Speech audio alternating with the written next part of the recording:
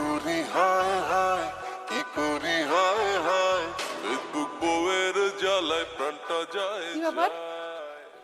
সেই 1 ঘন্টা ধরে একই কাজ করে যাইতেছে, টিভি মুছতেছে। বাকি কাজ কে করবে? ঘর মোছা, থালা বাসন মাজা, এগুলা কি আমি করব? তাড়াতাড়ি কাজ শেষ করো। আর বয়স বাড়ছে না, এনকার শরীরে জোর আছে, তাড়াতাড়ি করলে কি করণ যায়? আর পুষ্টিকর খাওয়ানো তো খাওয়া নাই, যেটা শক্তি পাবো। এই সব অজুহাত দিয়ে কোনো কাজ হবে না। মাসে মাসে 6,000 টাকা বেতন দিয়ে তোমারে রাখছি। এই 12 বছরে মাত্র শোধ করছো 8,64,000 টাকা। কবে তুমি আমার 50 লাখ টাকা দিবা আর কবে তোমারে আমি ডিভোর্স দিয়ে মুক্তি পাবো বলো? বাজারে সবকিছুর দাম বাড়ছে, আর আমার বেতন যে ধরে রাখছো 6,000 টাকা, 6,000 টাকা রাখছো। এখন বেতন না বাড়াইলে এদের মোরে টাকা কি আমি শোধ দিতে পারুম? তোমার 7 কপালের ভাগ্য তোমার 6,000 টাকা দিয়ে রাখছি। আর প্রতিদিন যে 3 বেলা খাওয়াই, প্রত্যেক ঈদে যে নতুন নতুন জামা দেই, আর তোমার পাইলসের সমস্যা ডাক্তার দেখাইতেছি, এই সব হিসাব করছি আমি। অসুখ বিসুখ কি আমি নিজে ইচ্ছা করে বানাইছি?